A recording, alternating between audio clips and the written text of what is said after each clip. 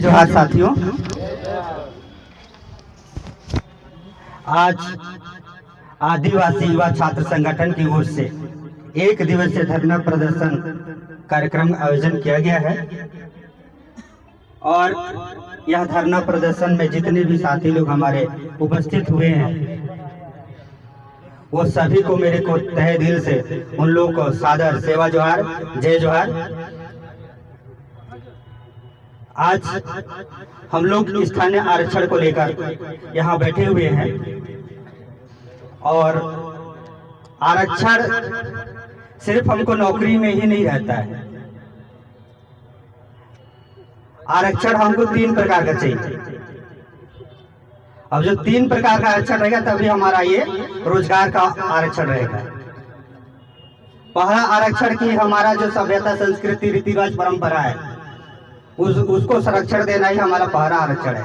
यदि वह रहेगा, लेकिन लोकल कमेटी में कहा गया है कि जो आदिवासी अपने रीति रिवाज, परंपरा, बोली, भाषा, संस्कृति को बचा के रखेगा उसी को आरक्षण मिलेगा। लेकिन ज्यादातर युवा साथी लोग अभी अपने आदिवासियों को बोलते हुए दूसरे के देखा देखी में जा रहे हैं। तो पहला अपना बोली, भाषा, संस्कृति, रीति रिवाज, परंपरा को अब बचा के रखेंगे तभी आरक्षण रहेगा।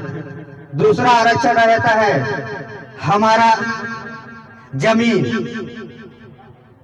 और जितने शहर बस रहे हैं उतना हमारा जमीन पूरा खत्म हो रहा है।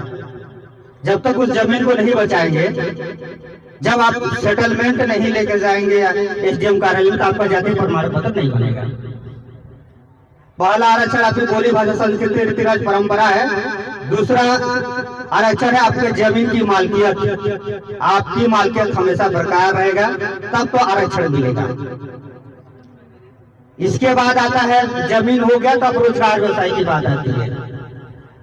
तो आरक्षण के जब छत्रपति साहू जी महाराज ने 1800 में जब पहली बार इसकी परिकल्पना किया था कि यहाँ भारत देश में जितने भी लोग हैं 92% लोग बाहरी हैं।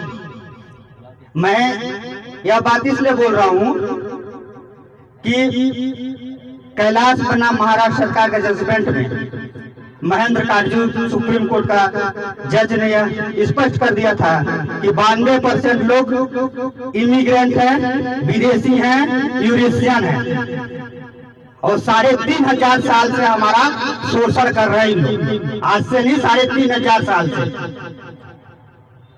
तब उसी बात को छत्रपति साहू जी महाराज ने कहा था कि हमको पुनः वापस लेके आना है। तो हमारा कितना साल तक शोषण हुआ है? 3500 सालों तक। और कुछ आरक्षण ले लिए हैं तो हम लोग को अभी कुछ लोग बोल रहे थे भीख में जीते हैं एसटी लोग। अरे 10% आरक्षण लेने वाले उन लोग कौन से भिखारी आ गए जो किसी भी संवैधानिक डाटा के आधार पर नहीं मिला है? उन लोग को तो खैरात में मिल गया है।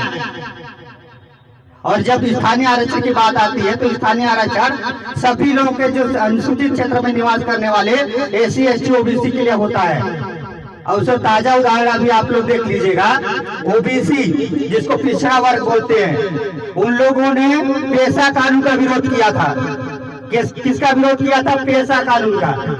बहुत बड़ा एक रैली निकाले थे जगदलपुर में और बोले थे हमको पेशा कानून नहीं चाहिए।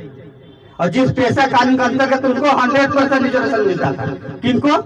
ओबीसी वालों को। लेकिन वो ओबीसी वालों मूर्ख, इतने मूर्ख हैं कि आज उनको मूर्खाई देख लीजिए।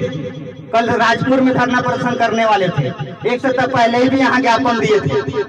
उन लोग के इतना मूर्ख हैं कि आज तक उनको समझ में नहीं आता है, क्योंकि उन लोग चमचागिरी से फुर्सत ही नहीं, अपने बारे में कुछ जानते ही नहीं है। इसीलिए तो मंडल कमीशन आयोग ने बोला कि ओबीसी कौन, ओबीसी की खोज करो।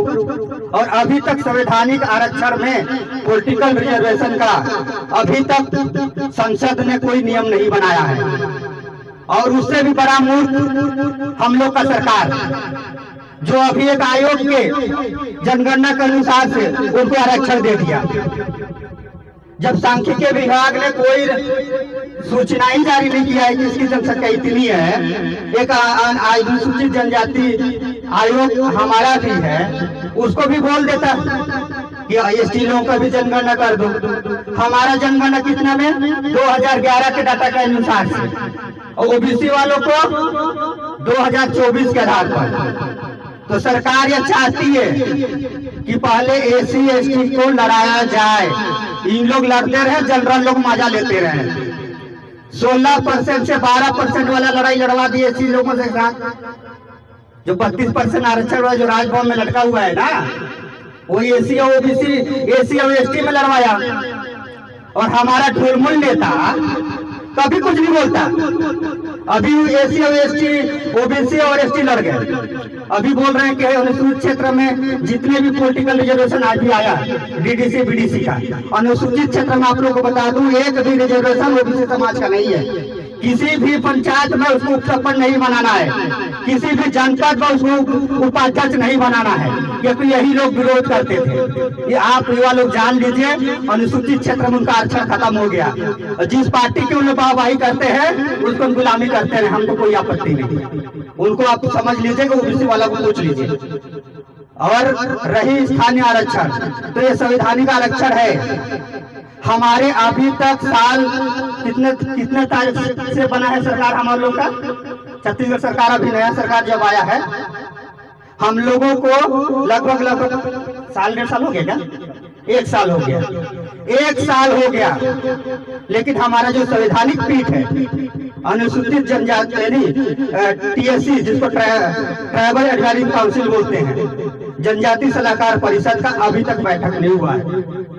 आप युवा साथी लोग एक ज्ञापन दीजिए, जितने भी इसके सदस्य हैं इनका तत्कालिक बैठक किया जाए, क्योंकि जो स्थानीय आरक्षण का 23 दिसंबर 2023 को जो समाप्त हुआ, राज्यपाल का कार्यपालिका विस्तारीकरण करते हुए अनुसूचित क्षेत्र में स्थानीय आरक्षण को 23 दिसंबर 2023 को खत्म हुआ है।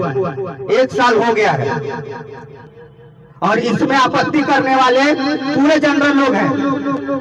इसका जो स्थानीय आरक्षण करने वाले ओबीसी वाले ज्यादातर विरोध किए हैं। उसका बिलासपुर हाई कोर्ट में कम से कम 35 से 40 लोगों का नाम लिस्ट है। जबकि स्थानीय आरक्षण में क्या था, जनरल को भी स्थानीय के आधार पर मिलता नौकरी में स्थान, ओबीसी को भी मिलता, एसी को भी मिलता, एसटी को भी मिलता।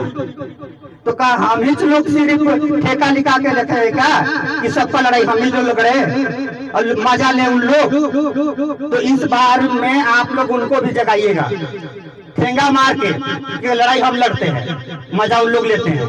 नहीं तो अभी ओबीसी टाइप का तुम लोग भी भागो, क्योंकि 2011 में राज्यपाल के कार्यकाल का विस्तारीकरण करते हुए महाराष्ट्र में अनुसूचित क्षेत्र में 100% रिजर्वेशन किया था। हम भी लड़के 100% ले सकते हैं। आंध्र प्रदेश में भी 100% रिजर्वेशन था, वहां तो एक भी गुर्जी जनरल नहीं बनते थे, न एसी बनता था न ओबीसी बनता था, क्योंकि यह अनुसूचित क्षेत्र है, संवैधानिक पद है। और इसमें 16(4) का हवाला दे के बहुत सारे लोग हाईकोर्ट में गए हुए हैं ना, वो हमारी नासमझी को जैसे कहे, हम लोग जनजाति सलाहकार परिषद के लोगों को कोड़ा मारते हैं। जिस दिन कोड़ा मारना सीख गए ना, इसमें कोई भी विधायक हो सकते हैं, 6 या 7 विधायक होते हैं ट्राइबल सलाहकार परिषद में, उसका बैठक करवाना है और अनुसूचित क्षेत्र में जितने भी स्थानीय आरक्षण है तत्कालिक हो जाएगा। हमको अपने रास्ते में चलना, विधानसभा में लोग नहीं बोल सकते हैं, लेकिन जनजाति सलाहकार पर मजबूरी है, वो करेगा ही करेगा। नहीं करेगा तो एक वाद भी दायर होता है विधानसभा में, उसको रिट पिटीशन करने के लिए हम लोग तैयार हो जाएं। और आने वाले समय में हम लोग को 23 दिसंबर 2023 का जो स्थानीय आरक्षण समाप्त किया गया है, वह हाईकोर्ट में प्रथम अपील में जा सकते थे, लेकिन कोई भी नहीं ध्यान दिया। हमारे नेता लोगों को तो चमचागिरी से फुर्सत ही नहीं है। भले लड़के लोग बेरोजगार हो के बियाह शादी ना करें, आज 35 ऊपर सभी लड़के लोगों को उम्र हो चुका है। कितने पीएससी के लिए, कितने किसके लिए, बिलासपुर और रायपुर तो भिलाई तो भरा पड़ा है एसटी के लिए, किसी का शादी ही नहीं हो रहा है। तो जिसको शादी करना है अपने क्षेत्र में जो भी विधायक आएंगे जूता चप्पल माला पहना दीजिएगा, आपका शादी हो जाएगा। बोलिए कि हमारा नौकरी लगवा दो साहब, तब तो हमारा शादी होगा। ये तो हम तो ऐसे ही बुला जाएंगे।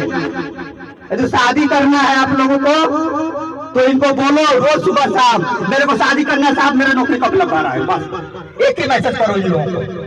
मेरे को शादी करना है, आपने शादी टीवी बीबी में मस्त हो तो हम भी कब होंगे साहब, ये जवाब लीजिएगा आप लोग, तभी इनका नींद खुलेगा, नहीं तो नहीं खुलने वाला है।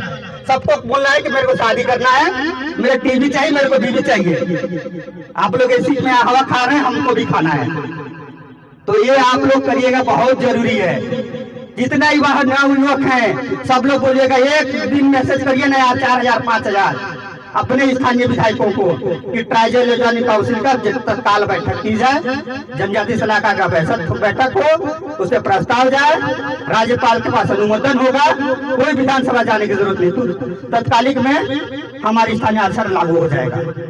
लेकिन आप लोगों को शादी करना होगा तब, नौकरी करना होगा तब ये काम होगा। हमारे समाज का बहुत नुकसान हो रहा है। और जनसंख्या, इसलिए मैं शादी की बात बोला क्योंकि अभी जनसंख्या सूचकांक आया था, जयपुर में हम लोग 0 हो गए, यहाँ भी हम लोग 0 की स्थिति मान चुके हैं। और जनसंख्या का अनुपात आरक्षण यदि लागू हो जाता है तो अनुसूचित क्षेत्र खत्म होने में ज्यादा समय नहीं लगेगा, फिर अनुसूचित चिल्लाते रह जाएंगे, हमको कुछ नहीं मिलने वाला है। इसलिए शादी करना है, नौकरी करना है, जनसंख्या बढ़ाना है और बाहरी व्यक्ति को भगाना है। तो मैं ज्यादा कुछ नहीं बोलूंगा, इतना ही बोलूंगा, आप लोग शादी करिए, नौकरी करिए। अब हमारा शादी होने का मुख्य कारण है हमारा नेता, वो टीवी बीबी मस्त है, तो हमको कब मस्त करने वाला है, बस ये मैसेज करिए आप। जय जोहार, जिंदाबाद साथियों।